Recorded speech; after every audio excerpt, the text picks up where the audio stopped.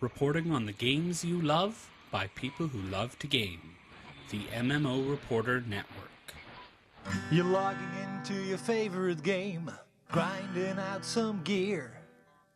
A couple of points added to your stats, and you have a virtual beer. Max level is pretty cool, but I'll remind you here, my friend. These games are not about the goal, it's about the journey and not the end. You're listening to MMO Reporter, brought to you by Audible.com. Get a free audiobook download at audibletrial.com/MMO Reporter. And by Doghouse Systems. Choose your weapon with Doghouse Systems.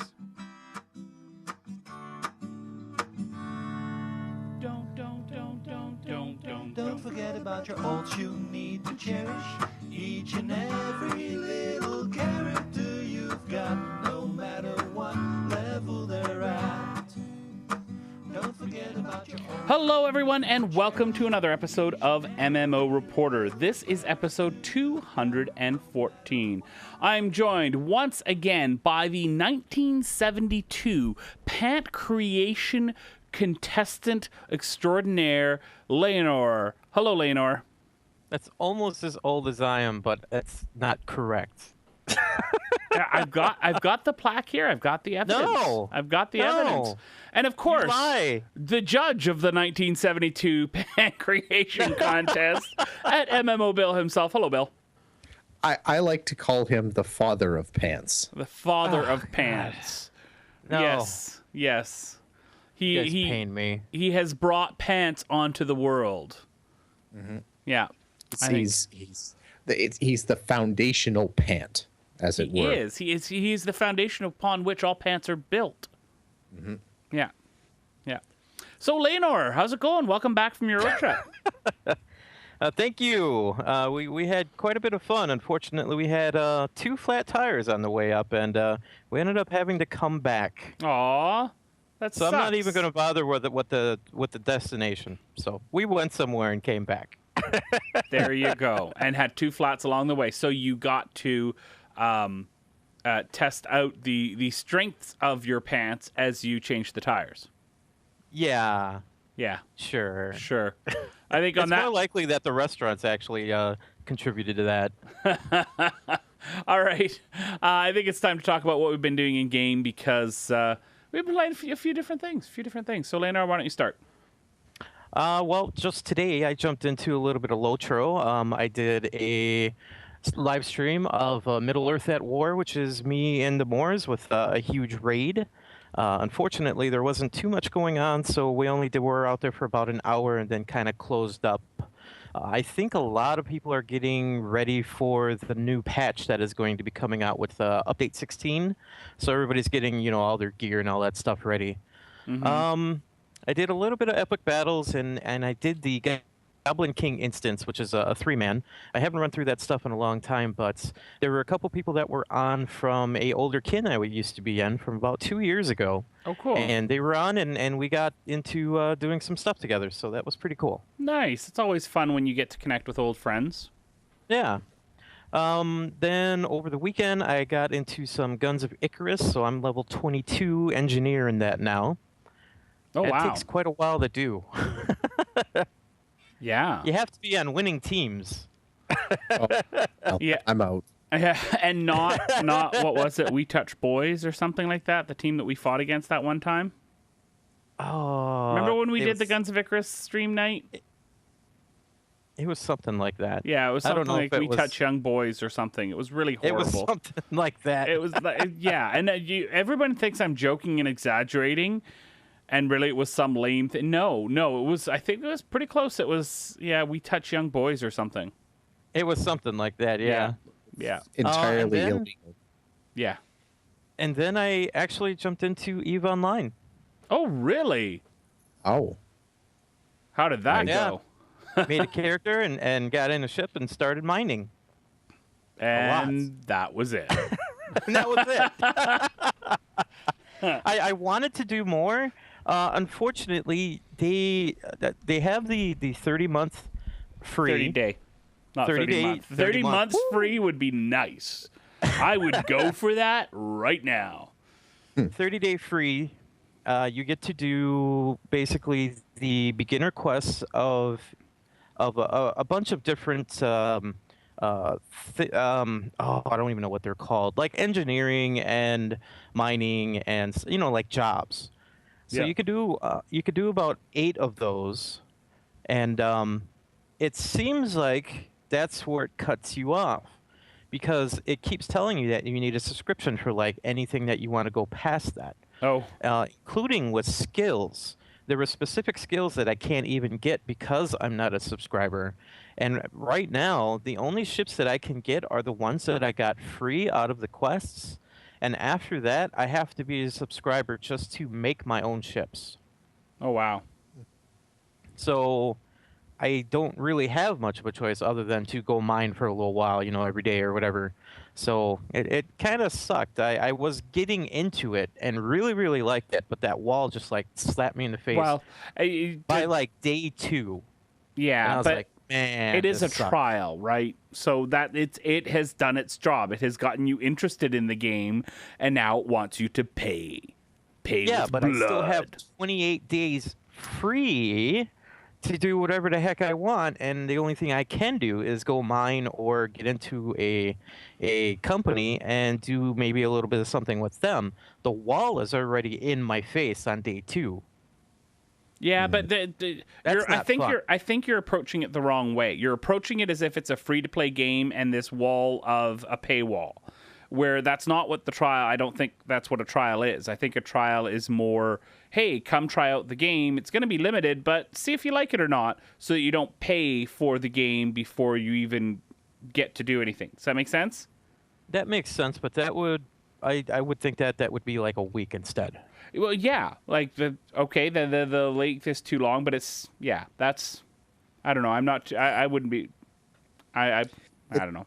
I'm not. Too It's like a obsessed. demo. I understand that it's like a demo, but they give me a whole month. Yeah, But you might have played the amount that some people play an entire month. I think the idea is that they're hooking you. Like Eve is a subscription game. Eve is like one of the only games out there that still completely hangs its hat on being a subscription game. And Hey, WildStar's still there. I don't want to say that it doesn't care about people who don't subscribe, but I'm pretty sure it doesn't give a crap about you if you're Yeah. not subscribing. Okay. Sorry, Layanor. That's all I did. Bill, what did you do this week? I played a game that actually loves me, even though I don't subscribe, and that's Elite Dangerous. I've been and I was actually able to do things that were not mining. I was able to go shoot down other spaceships and steal things from other spaceships and buy you a things pirate from other now? spaceships. I dabble. I'm not an evil Are pirate. you pirating? You're Are pirating. you rubbing it in? I would never deliberately pirate from people who I think are good. Yeah, you're pirating. I understand. I understand. That's fine. There's I'm still flying a Cobra, so really that's my lot in life is I'm really good at killing things and I'm only okay at hauling things. So until I get my Python, I am morally ambiguous, let's say that. I was reading just last week. We don't have it in the show, but I'll mention it now. They're coming out with their one of their coming updates, and I don't know if it's the next one or the one right after, but they're actually going to start to add faction missions to give a little bit more direction to the world, which I think will not hurt it in any way whatsoever, and I'm really looking forward to that. So you can do these missions and build up faction reputation and get stuff from those factions, etc. I like that there's a game out there they have a story, but it's such a light touch story. Like it's the stuff that they give you can tell is just the tip of the iceberg, that there's more happening underneath that you're either meant to invent in your own mind or is going to be revealed later or something. It just leaves a lot to the imagination, and they pull it off well. I don't think all games could get away with that little exposition that Elite Dangerous does. And I think Elite hangs a lot of their Eve kind of does that too. they hang a lot on the actual gameplay though. Mm-hmm. They like it's very much it's actiony, except for the bits that aren't actiony, which is like 90% of the game. But when you do get the action, it's awesome action. So it works 90% of the time. It works 100% of the time. 60% of the time, it works every time. Yep. Yeah. So that was that. I also played Marvel Heroes, who also doesn't care if I subscribe or not because they just want me to drop money into their cash shop every time I log in. I was so tempted, Bill. We just about got that Hulkbuster armor, didn't we? Oh, it was so close. So we're playing, and I unfortunately saw the Hulkbuster run through the zone we were in, and I'm like, oh, because it looks really cool in game, and I'm like, Bill, look how much it is. I'll PayPal you some money. You can get the Hulkbuster. And then he told me how much it was. And I said, no, you're not getting the Hulkbuster. Because it was Seriously, $12.50 for a skin. No. Let's put this in real context here. It was 1,250 Gs, which are kind of the Marvel Heroes currency. Right. And their currency packages are you can buy 1,000 for $10, or you can buy 2,100 for $20. Right. So the only way I'm getting a Hulkbuster is by dropping $20 worth of Gs. Yes. And that's one skin for one character.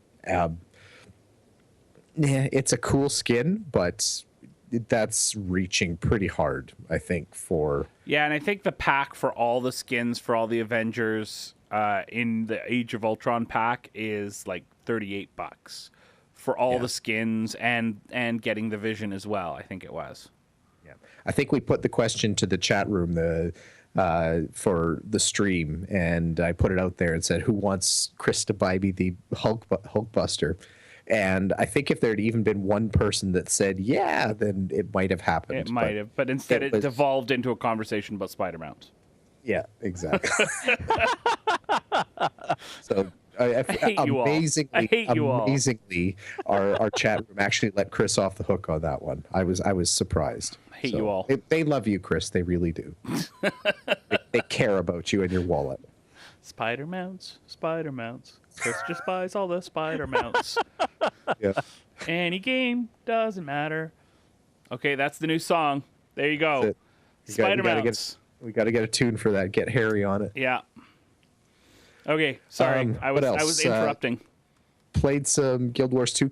I played Guild Wars 2 less than Elite and Marvel this week, which was actually a little bit surprising. Usually that's been my main game lately. It's going to be again now that we've got some more Guild Wars 2 news that we're going to talk about here shortly. But I'm still just trucking along. I there's always something to do. Like every time I log in, even if I've done, I get tired of doing the world boss chain and everything like that. Yeah. I can go run in Dry Top and explore in there because that's a whole different style. I mean, it's not a whole different. It's different. It's not worldly different, but it's different enough that it's doing something new.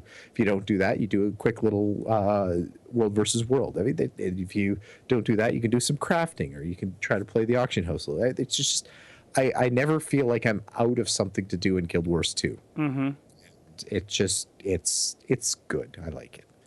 Other things I like too, I don't really link the Chive or those kind of clickbait sites and that kind of thing very often. But you are now. This one time, I hope the internet will forgive me. I came across this link here. It's a wordless post. There's not a single word in the entire thing. It's just a big list of screenshots of games from the 90s. And I'm not even going to list them or read them off. If you're at all a 90s gamer in any way, you could look through here. There's going to be a bunch of screenshots that make you go, oh, I remember that. Which is pretty much exactly what I did if I... Yep. Mm-hmm. Yeah. There's some good. Okay, I'll give you one. How from the list there, Chris? What's the one that made you go, "Oh, I remember that game"? I want Wing Commander. Wing Commander. Actually, I was going to say that one too. Wing Commander. Yeah, easily. The next closest one would probably be the Police Quest one. Well, yeah, and that's what I was going to say too. And it's almost like we played the same games. Diablo's on there too, though. I mean, the original Diablo, Descent. Yeah, yeah. Mech Warrior. I remember when Diablo came out. Diablo came out the year that I think we both. Or no, you didn't. I had moved away to Victoria for the first time to go to university, and there was this new game in Diablo. And every time I went to the mall, I walked by, and there'd be this shelf of Diablo just sitting, staring at me in the face.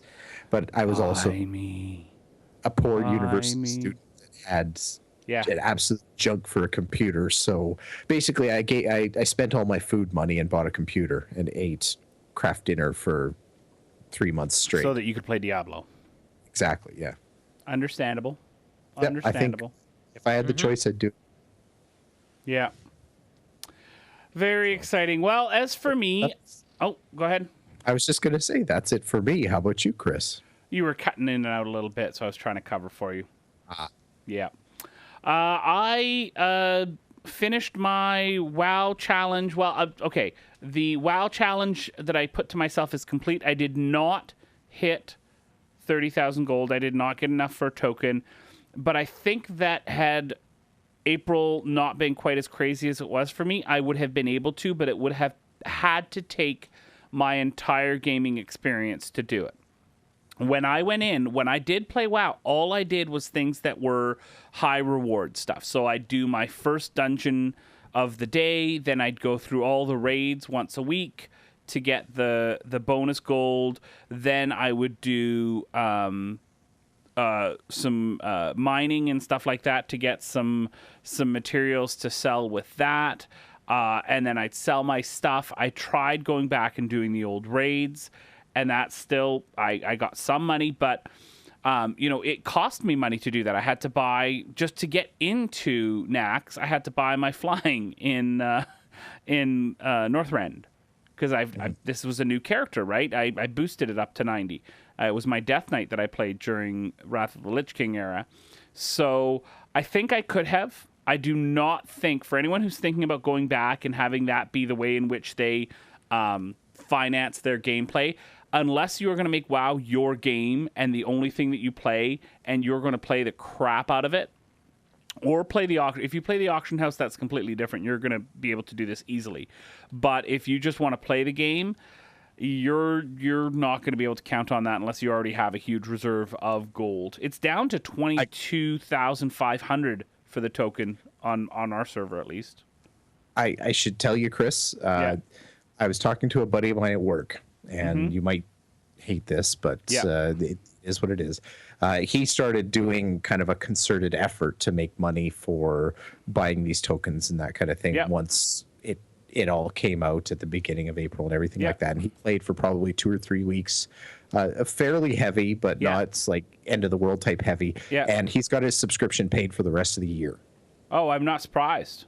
Right. Oh, wow. It's not from auction house reselling, buying, and everything like that. It's all blood farming groups in Nagrand. Basically, the server puts together big raids to run around Nagrand and hunt animals for the rare blood that's used for crafting. It's crafting material. Oh, the thing is, when you do it in large groups, when one drops, everyone gets one. Oh, really? In order to keep the loot hogging and that kind of thing to a minimum. If it drops for one person, it drops for everybody. There you go. Well, that's the way to do it. If you can latch onto a group like that, the more people, the more money you make. Yeah. So is that a high-level group, or is that like a mid-level group? Nagrand. That'll be top level. Nagrand is one of the top level zones. Yeah. Mm-hmm. There you go. Well, that's pretty cool. I didn't know about that. So there you go. That's another way that you can do it. But I think you'd have, like you said, he played pretty heavily, but if you only wanted to do it month per month, he could probably spend just a few hours doing that and get it done. Oh, yeah, that's the thing. But now he's basically, he blitzed the for a few weeks, and now he's set for the year. There you go. That's pretty cool. That's awesome. I also, and I did enjoy, I have to say, I did enjoy it. I liked getting into the LFR and the dungeons. I didn't love going back to the old raids because they're not really meant to be played with one person, and some of the things were a little bit tricky to get around, some of the mechanics. And I played some Destiny, finally got the story finished on the PS4. and I'm almost level 20. So I'll get into the Dark Below, I think it's called, the first expansion. So I'll get into that soon. And then House of Wolves is coming out soon, so that's exciting for that. Still really enjoying it. And it's a lot of fun. Marvel Heroes, we had that big stream, the Avengers stream on last Wednesday, which was fun. I really enjoyed that. I loved it while we played it, but kind of haven't thought about it since we left. Except for the Hulkbuster, which is still calling my name at night. I wake up in the middle of the night hearing Hulkbuster. What you need to do is you need to take a screenshot of somebody's Hulkbuster. Just make it your background for a while. Maybe that's all you need. Maybe that is all I need. And then, so I had everyone. So this happens, I won't say regularly, but with some frequency, that I'll be driving around somewhere and my phone will ring, and it's, usually it's a number from LA or New York, and I end up talking to some wonderful PR person letting me know about this latest and greatest game that has come out that they're wondering if we could mention on the show. So I did play some Elf Chicks 9099. No, that's more. I'd send that your way, Layanor. That's send your me thing. too. Yeah, but so I got a phone call letting me know that Zombination had launched. So I tried it out on my iPhone. I haven't gotten too far, but it's kind of like Plants vs. Zombies in a city with zombies attacking humans. And I haven't gotten too much into the multiplayer. I'm really struggling to find the MMO part of this because it bills itself as an RTS MMO. I think just because you can multiplayer.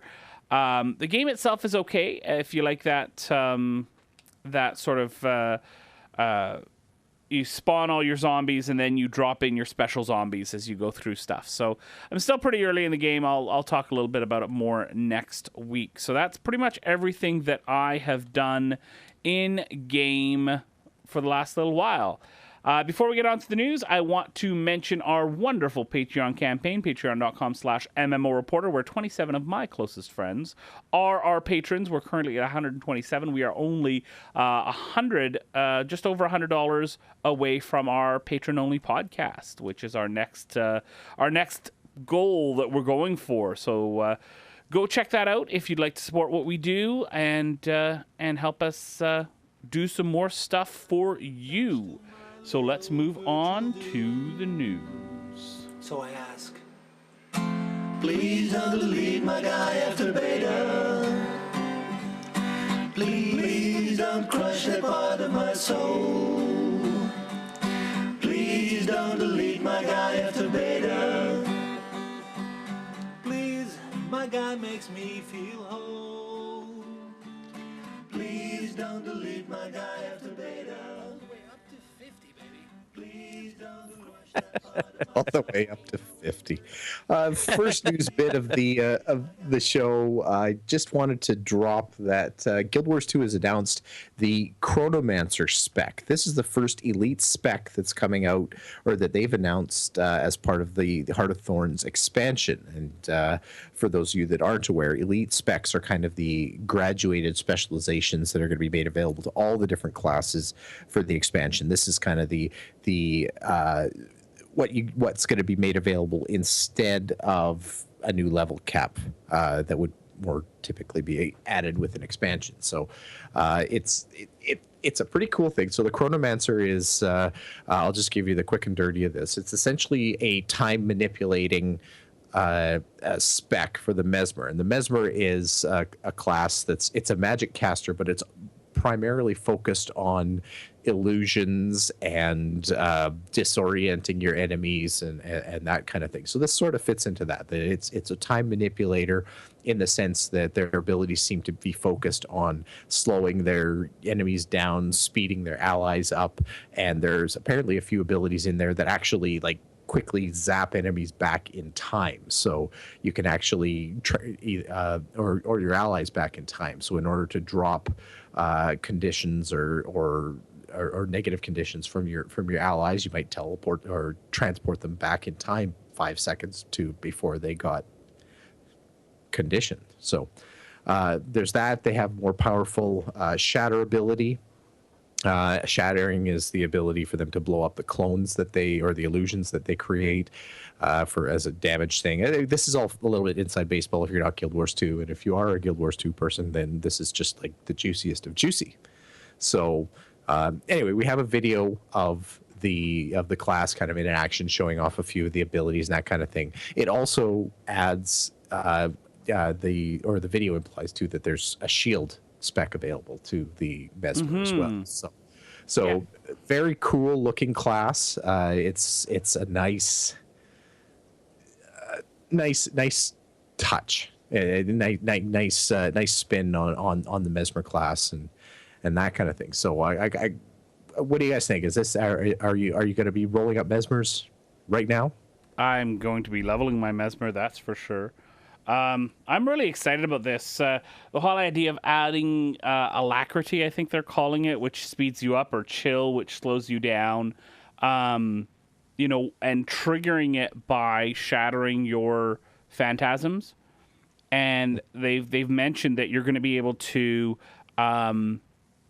chain shatter, like have a rotation where you're shattering your illusions in such a way that you're keeping your alacrity up. And what alacrity does is, I don't know if I'm saying it right, but what it does is it reduces your cooldowns, and chill increases your cooldowns. So you could do this to really get on a roll and be quite bursty. Mm-hmm. So yeah, exactly. That's pretty exciting. Yeah, it's basically giving a little more complexity to the rotation. Right. So it'd be kind of cool. So as cool as the Chronomancer is, though, I think the more interesting thing is that what doors it opens up for the rest of the classes, and what kind of the elite specs are going to look like for the remaining classes. So I think one of the things that we've been able to discern from all this is that each class will probably see a new weapon that's going to be made available to them, and obviously weapon skills that we knew that, yeah, available through that was a fairly common known thing, but now it's even more confirmed. It's a little bit interesting that they've kind of opened the door to another F skill, if you will, like making the F5 button open to more special abilities. That's actually kind of cool. What else? Basically, it looks like they're focusing on, and like I said, kind of the new spells that the Mesmer is seeing. One of the spell types that's available to the Chronomancer is the kind of quote unquote well ability that's typically only available to necromancers right now. That's basically a ground target effect kind of spell. They're adding that to the Mesmer, so it looks like they're doing a little bit of cross-pollination of classes. Like one of the wells is going to be like a giant clock face on the ground that's going to tick. That's kind of cool. And did you see the one about the new illusion that you're going to be able to summon, which throw when you have a shield, it will this illusion will throw its shield, and if it hits allies, it does something good to them, and if it hits enemies, it does something bad, and it kind of bounces around a little bit. Not going to say it's like a Captain America shield, but it's a Captain America shield. The whole reason I play Paladin in WoW is that shield throw. Coincidence that there's a new Avengers movie coming out? I think not. Yeah, I think that Marvel heard this was coming, so they put together a new Avengers movie. Yep. Yeah. Yeah, Joss Whedon, get on that. Yeah. Jump on board that hype train. I don't like it. So anyway, so that's the new hotness that's already out for Guild Wars 2 news, and so now you've got all the more reason to keep your eyes peeled on the Guild Wars 2 feed and see the new stuff that's coming out. Yeah, I'm pretty excited about all that. It's going to be pretty cool. The other thing that I'm pretty excited about is Crowfall. Recently put up a post talking about their campaigns and their campaign design modules and attributes. So the big thing about Crowfall is that you are basically a god in Crowfall. You are this eternal, ever-living creature, and then you send out your heroes into these campaigns. And you can only have one hero per campaign. So, when you're in your Eternal Kingdoms, you decide to join a campaign, you're going to have a list and search functions, all that sort of stuff. And you're going to be able to send different heroes into campaigns, and you create your hero for that campaign, blah, blah, blah. Now, they're coming for you, Layanor. I got a gun. Don't say that on the internet. Now they really are coming for you. To all the nice people at the NSA who are listening right now, thank you for your patronage. You can check us out at patreon.com/MMOreporter. Thanks, NSA. All right, so...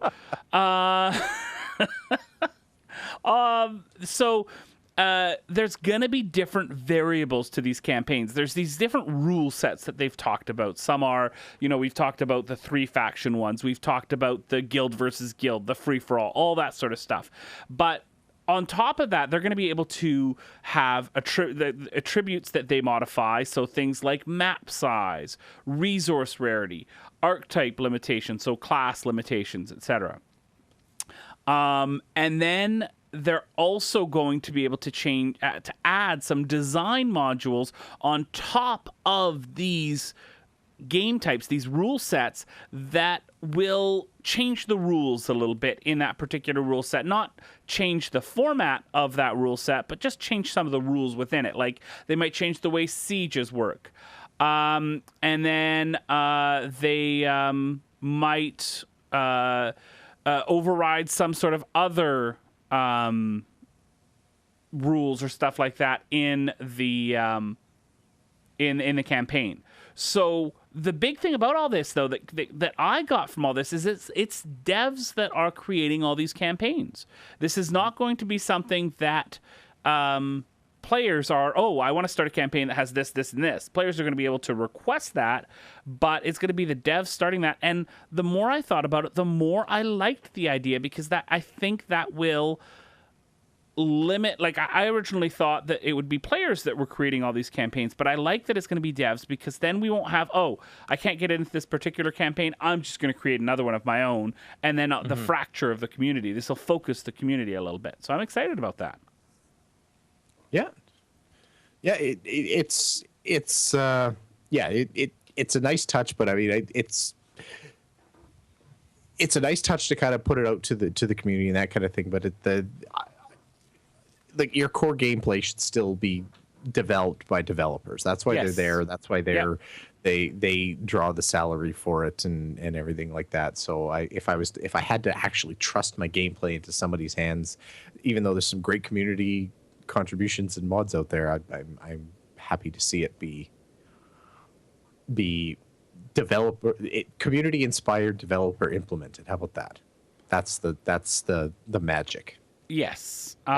And this makes me more excited for Crowfall. The more I find out about this game, the more excited I am about it. I think this is going to be something really different and a lot of fun.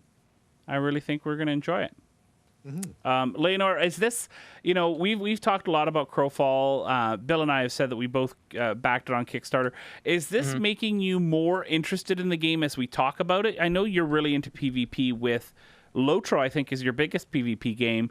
This game is going to be all about PvP. Are you going to try and get in there when it launches? Is this something that's really starting to draw your attention, or are you falling back? And if so, why? The world itself appeals to me, and the mechanics that things are of things over time and stuff like that, like things changing and whatnot. But this is a little bit off topic, but kind of on topic. I was hearing that the gameplay played more like Neverwinter. Is that true, or is that just something I read somewhere? Nobody's played it. Nobody's played it. Right. It's not been outside. There's been some gameplay elements of it. It does seem quite actiony, rather than like the LOTRO slow and steady wins the race type of gameplay, right? It is more actiony from what I've seen of videos. Bill, what would you say? How would you describe it compared to other games? I'm still trying to wrap my mind around it. It seems to be while you're thinking, I almost want to say that it's a kind of a standard sword and board type MMO that's heavily pieced together with almost landmark, you know? yeah, Like that's just more a- aesthetic that you're talking about, though, right? Or are you talking about the combat style? No, I'm talking. Well, I'm talking about the combat and the gameplay style, because the whole gameplay style and the way they've been talking about it is very much you're trying to build the world, but you're also trying to like carve out, like, the whole point of playing it is to extract as much as you can from the world before it crumbles into pieces. And it's almost like the opposite of building in landmark, but that's what you need to do, is you need to build yourself for the longevity of the season that's coming up for that world. And a lot of it is, it's carving out your castle, it's finding territory, it's building extraction tools and mines and that kind of thing. That's the kind of the gameplay I'm imagining. So it is kind of like a mix of landmark and pick your favorite fantasy MMO. Well, let's go with Rift. How about that? Yeah. Yeah, it's I think from what it's kind of got little bits of Neverwinter, although not quite as locked in, it doesn't seem like. I guess also some WildStar a little bit. I saw some telegraphs on the ground for attacks and stuff like that. Mm-hmm. Yeah. Yeah, so, actually, I think you're probably right. I think rather than Rift, you're probably. I think the style does seem to be a little tilted more towards Neverwinter. Yeah. Yeah. If it's that kind of gameplay, PvP wise, I kind of don't like it. Then I kind of like, I guess I like the slower type of PvP where if you build up your character and you have all of the stats working for your for an advantage, then I like that a little bit better, because the more action stuff, if I'm going to go for that, then I'm just going to go straight for action, and I'm going to go either for King of the Fighters, Samurai Showdown, Street Fighter, Tekken, and fighting games just in general, even maybe going over to League of Legends. And it doesn't really seem to be. I guess there would be kind of nice if it would be a middle. But as of right now, the game's not appealing to me in a PvP way. It's more appealing to me as a brand new world that I can go into and explore and do things in it. Mm-hmm. Okay. Well, I'm excited. So there you go. That's all that matters, darn it. None of you matter. All right, let's talk real quick about our sponsors, Audible. You can always go to audiblepodcast.com/MMO Reporter if you want to try out Audible for a month. They have a subscription service where you pay your subscription and you get a credit per month, and that credit counts for one audiobook. So you basically get an audiobook per month. But if you go to audiblepodcast.com/MMO Reporter and sign up for the first time, then you can get a free month. So you get a free audiobook, and that audiobook, whenever you spend a credit, whether you keep your subscription going or not, you get to keep those audiobooks. So if you subscribe for 6 months, you'll get 6 audiobooks. You keep those books forever, and you can end your subscription and never have to, like, you don't lose the books. The only thing that you lose is if anybody does sign up for it, just remember, use up all your credits before you cancel your subscription, because you do lose your credits when you cancel your subscription. So go check out audiblepodcast.com/MMO Reporter. And of course, our good friends over at Doghouse Systems, doghousesystems.com. Use the coupon code MMO Reporter and you're going to get yourself a free 120 gig SSD with your purchase. And last but not least, I want to point out our wonderful, super cool, super awesome PAX East 2013 sponsors, and that is the fine folks over at Muteki.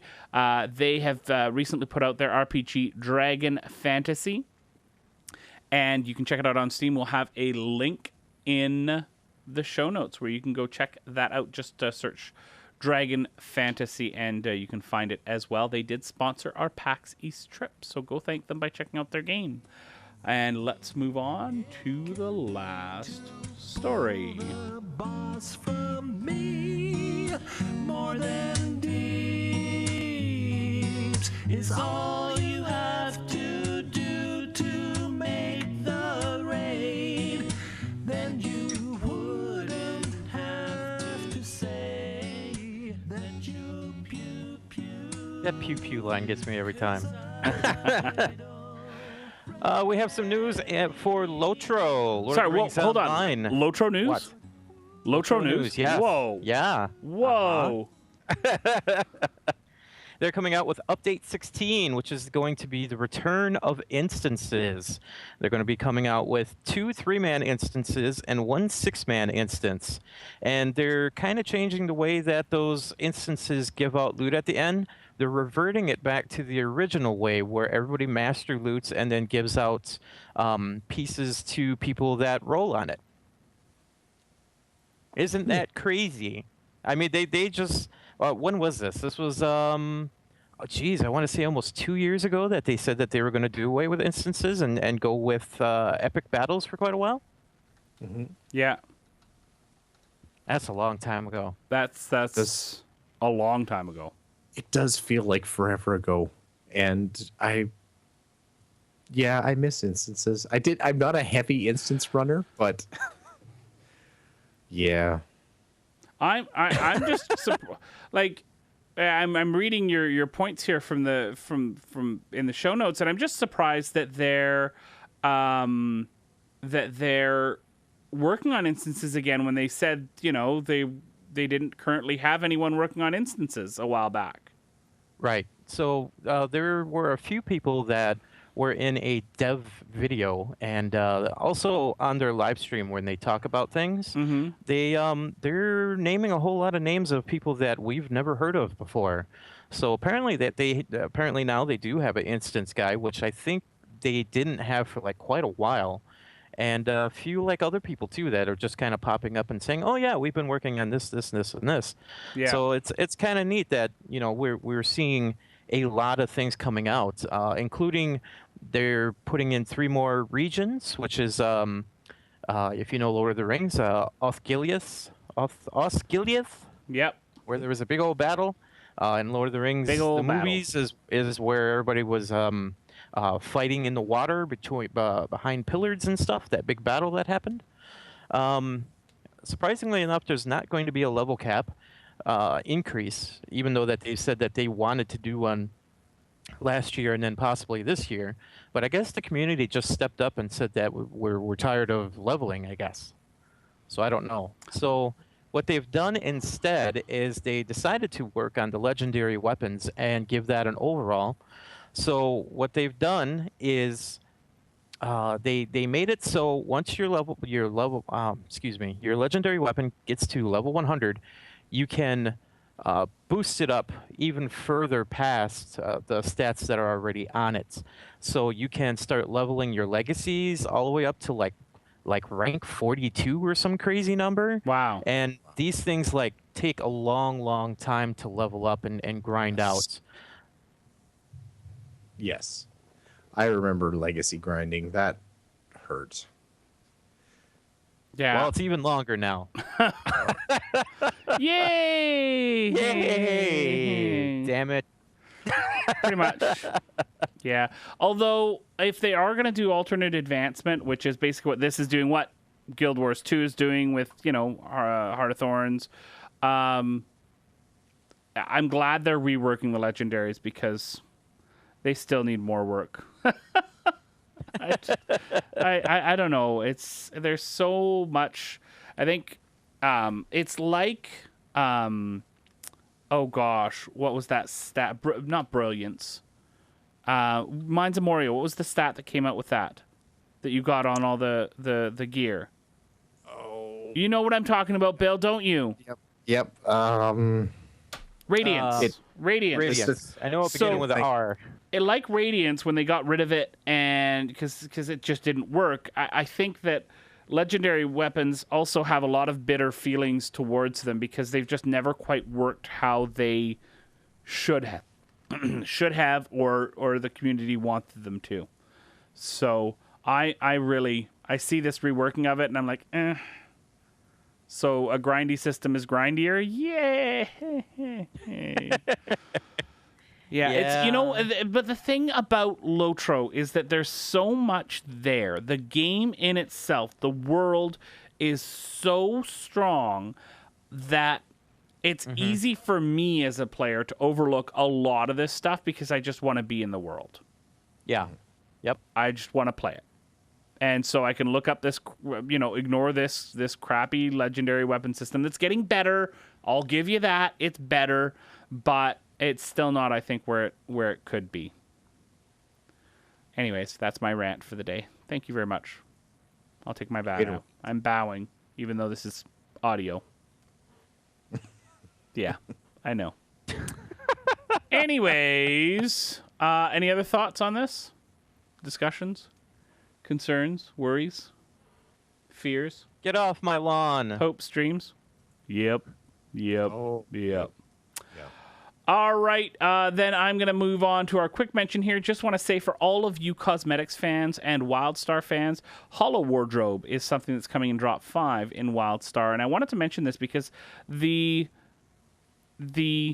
cosmetic system in WildStar was the most wonderful combination of awesome stuff and stupid system that I think I've ever seen in a game, in that you could switch your outfits at any time, but you could only set up your outfits at a special vendor in town that cost you money.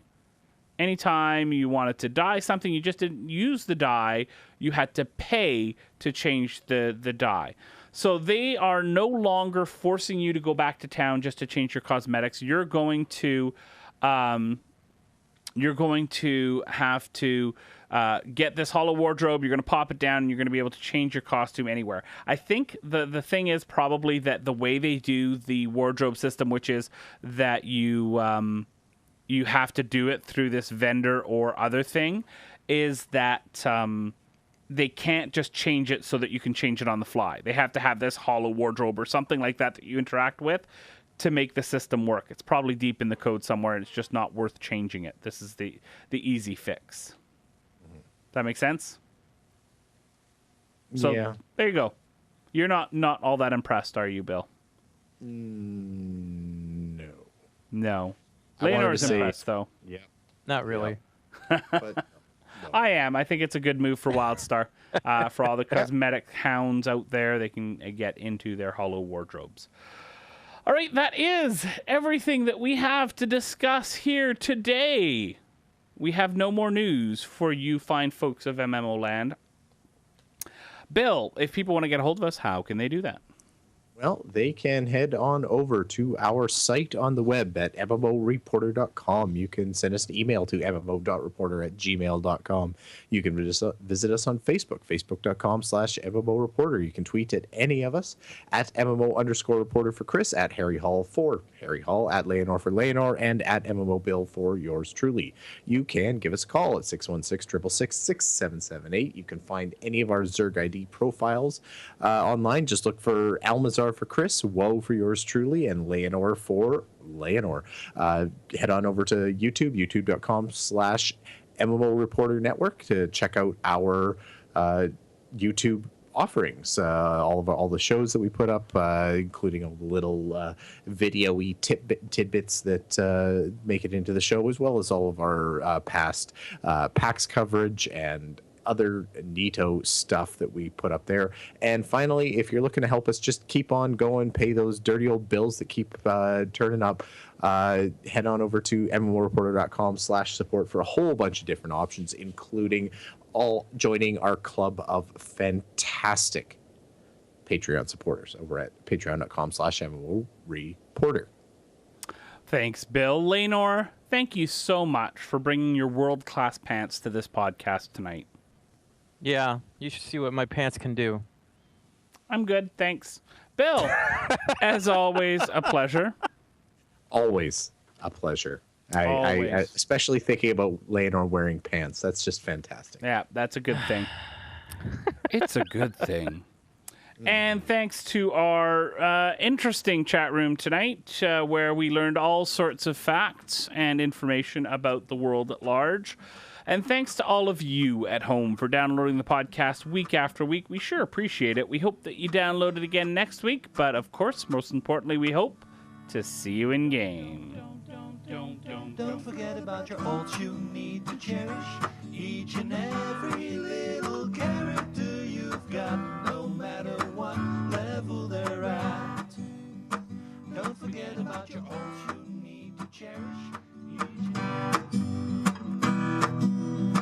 Thanks for watching the video, everybody. Don't forget to check out all the other podcasts at MMOreporter.com or by clicking on any of the links here. And please check out our Patreon campaign at patreon.com/MMOreporter.